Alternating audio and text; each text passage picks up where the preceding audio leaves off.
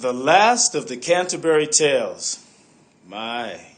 The last of the Canterbury Tales is an epic story that begins with a fiery romantic love and it goes from the fiery romantic love to the angel of death and what he has to say. And when he speaks, he almost decimates the rest of humanity. I say the rest of humanity because in the Canterbury Tales, the connection, the mysterious connection, which has never been solved conclusively, not even by modern forensics, by modern biology and science, has never conclusively proved a connection between the two great plagues. The first plague took place during the days of Emperor Charlemagne, who attempted to reinstate the Roman Empire and almost did so. That attempt failed, and it failed directly because of the plague, the great plague that took place at that time and that decimated almost a half of all humans living upon the planet. Charlemagne was devastated, and all of his kingdom and all of the other kingdoms that he was in the process of almost successfully uniting. That plague changed all that. And then, consequently, the Dark Ages began.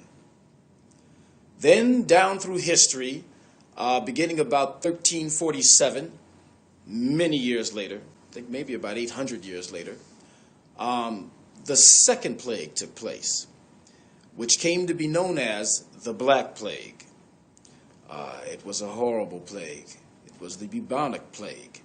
It caused great marks to appear upon one's body, and soon thereafter, death. And realize what that means. For it to be almost half the people on the face of the earth, that means that if you've got a group of, say, 6 friends, whether you go to school with them or whether you go to work with them or whether they're people you're related to, you come the next day and half of them are gone, dead.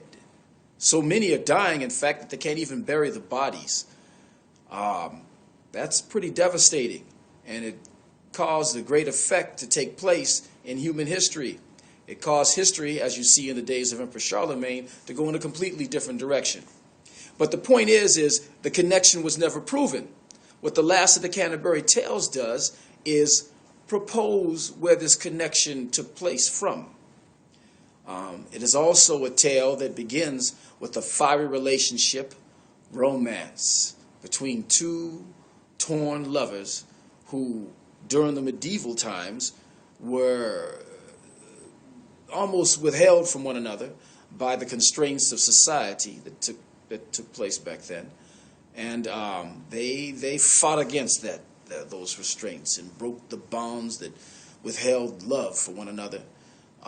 It begins with that, and then, as I said, or alluded to, it ends with the angel of death. Now, you may say, the angel of death, of all things, death? Yes, death.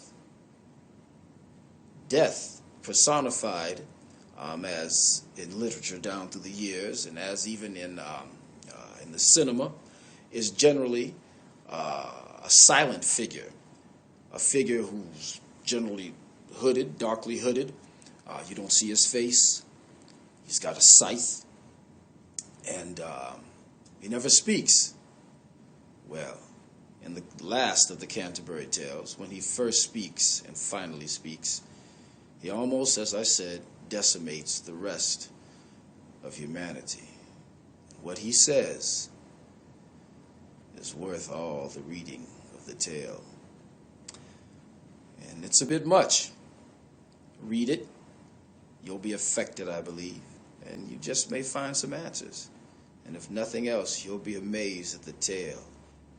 But I've got to mention, and it's my responsibility to mention, that in reading the last of the Canterbury Tales, you will come face to face with a curse. That's all I can tell you. There is a curse involved in reading the last of the Canterbury Tales. And if you don't believe me, then, well, it's up to you. But read the last of the Canterbury Tales. I have, and I sit here, as you see so far, I'm fine so far. So read it, be amazed, be enthralled, be changed, and be careful.